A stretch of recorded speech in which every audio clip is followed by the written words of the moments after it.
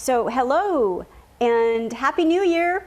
This is Sandra with Whole Earth Cooking, and today we're going to do a mushroom ragu over toast. It's fantastic. And the fun thing about this one is that, like, we have 3 different kinds of mushrooms here. And the thing is, you could use any kind you want. You can use 1, 2, 3, 4, 5. It really doesn't matter. It just says mushrooms. So you can really play with it. So we have Miatake, Shiitake, and Yellowfoot. And we chopped the Shiitake and the Yellowfoot, and we're going to just rip real quickly in a minute the Miatake. I hope I said that right. I get confused in my mushrooms now and then. There's so many of them. But what we're going to do first is I'm doing a double recipe, which is why it looks so fluffy, because I just figure one is not enough. Like half a cup of mushrooms, not enough. So I do, about a pound or whatever it is instead of half a pound. So that's what we're doing, and which means I've doubled everything. So we're going to first, with the olive oil, we're going to just cook the garlic, which has been minced pretty well. And of course, I'm at it again, doing way more garlic than it calls for. Oops. And I forgot my little rubber spatula, so pardon me while I get my garlic out of here. But the thing is, garlic is so good, I just always do like it calls for 2, and I'm doubling the recipe, so that would be 4, but I'm doing 6. You just almost can't have too much. So there we go. Most everything is organic, not everything, but most everything. And we just do the garlic for a couple minutes until it gets a little bit golden. Now, I've made this before and it's fabulous, but the thing is, I haven't made it for a couple years. So it doesn't really matter though. It's a very simple, very quick recipe. So then we add the onion and the sage. Okay, so this is golden. And now we're going to add the onion, and it called for 1, but we're doubling it. So this is 2 minced onions. That's pretty good. And I'm going to wait a couple minutes before I put the sage in, because you know how when you do a fresh herb, they cook rather quickly and they can burn. So I'm just making sure that we don't have the sage in. Whoops, some of the onion got away. Too long. You know, that's all I'm going to do.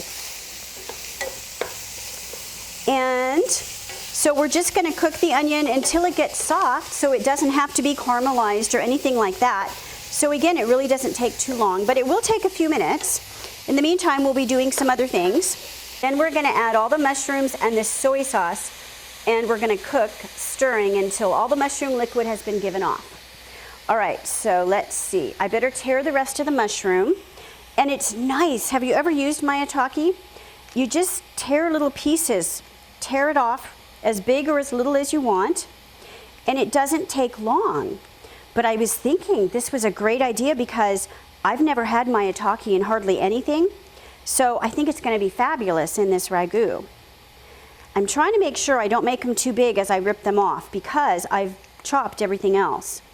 So I'm just going to tear, you know, not too deep and not too hard, but they're a beautiful mushroom. So we're going to do that while those sizzle. And it's awesome how you can use 1, 2, 3, 4. It doesn't really matter how many kinds. It depends on what you like. So it's pretty versatile. I have a feeling our onion is going to cook rather quickly. It's not tender yet, but it's getting there. I think the only thing that takes a few minutes really in this is when we add the, there's going to be 2 cups instead of 1 with, cornstarch that's been mixed into it, because that helps thicken it. And that's how it becomes a ragu as opposed to just a mushroom dish. It's fabulous. I've made it a number of times. I'm going to shake the pan a little bit, but it's turning out really pretty. Okay, they're doing good. Now let me get that, where'd I put it? Here it is. This is 3 tablespoons approximately of very finely chopped sage. And that is one of the main flavors. But here's the fun part.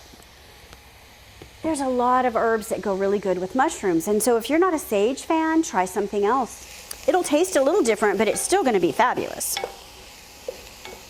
Okay, it's looking good. Looking good. We got to give the onion just a little bit longer, but not too much. But now it's actually very pretty to have all the sage in there with it. So let's get a picture of that. Very pretty. And then let's take a peek again to see what else we're going to add right away next. I'm not quite sure that the mushrooms are really tender enough yet, but they won't be much longer. So we'll just let them be for a minute. Let me shake that pan again. Okay, now let's read it again till the onion is soft. Then we're gonna add the mushroom soy sauce and cook. All right, so I'll get the soy sauce out. I have Kikkoman organic. I am an organic freak, but any soy sauce will do. Also, don't be afraid to use tamari. That would be fabulous in here as well. Yeah, they're tender. They're mostly translucent. I think that'll be just fine. Okay, and this is why I brought my thick pan here, my deep pan, because look at what we're gonna do here. All we're gonna do is take the tray, the mat, and put it all in there, because you know how they'll get wet, so nothing will be too dry. Okay, and then we'll do the soy sauce. I don't always measure things, but I'm gonna measure. I'm gonna behave.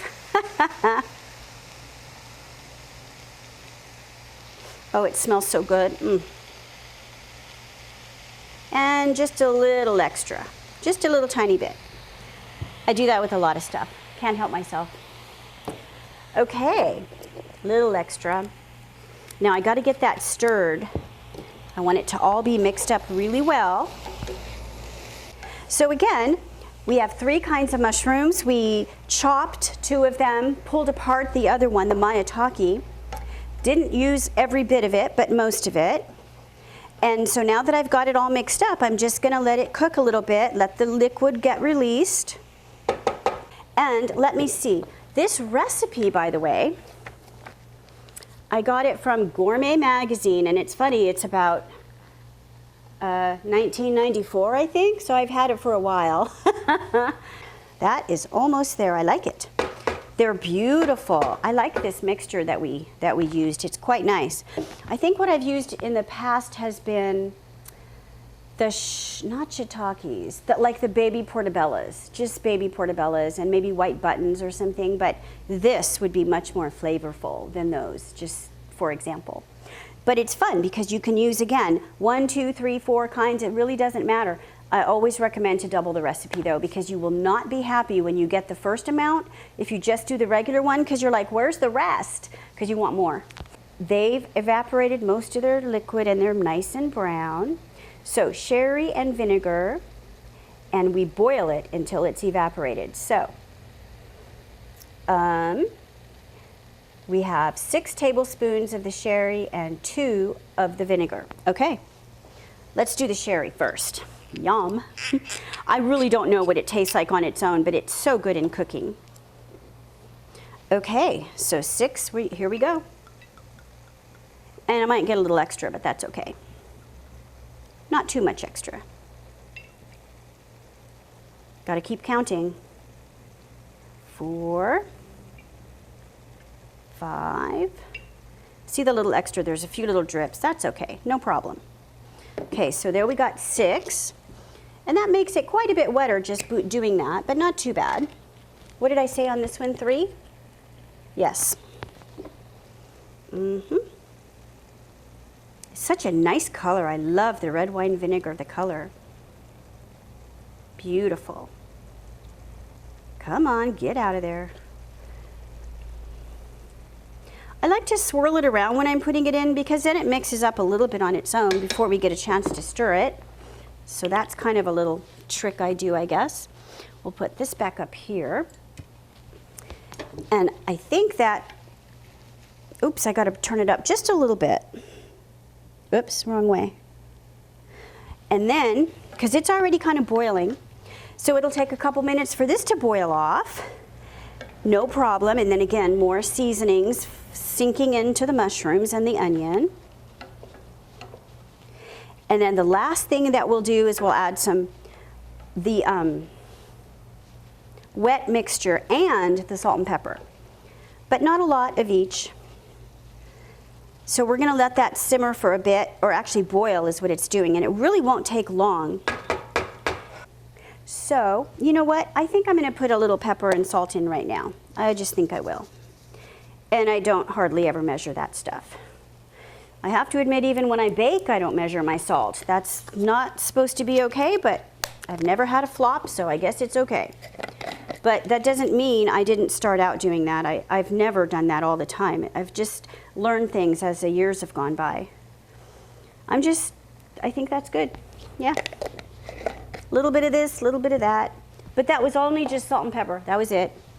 You can measure it if you'd like. And you know what? If you don't like pepper, don't put any in there. But I love pepper. Love it. Love chipotle. Love all that kind of stuff. So I definitely add that. So you can play with it more or less. You can add more things. You can add different herbs. You can use different mushrooms. But it's a fabulous flavor. You will love it. Gonna be a few minutes. So let's show it. It's bubbling really good, so I'm going to hold it up real quick. It's just beautiful. I can see the herb, the sage all through it. I love it. Oops, get back down there. I can't remember how long it takes for the mixture to evaporate, but I'm going to say it probably takes a good 5 minutes or more, maybe 10 minutes. So just ahead of time, just so you know. Probably about maybe an hour or less to do the whole thing. Because of course I chop everything before I get here. It makes it much faster and smoother. But it doesn't really take long to chop a couple of onions and garlic and things like that. It just doesn't. And let's face it, mushrooms, 2 minutes or less. You just use a big knife. Use a big knife and just cut them up.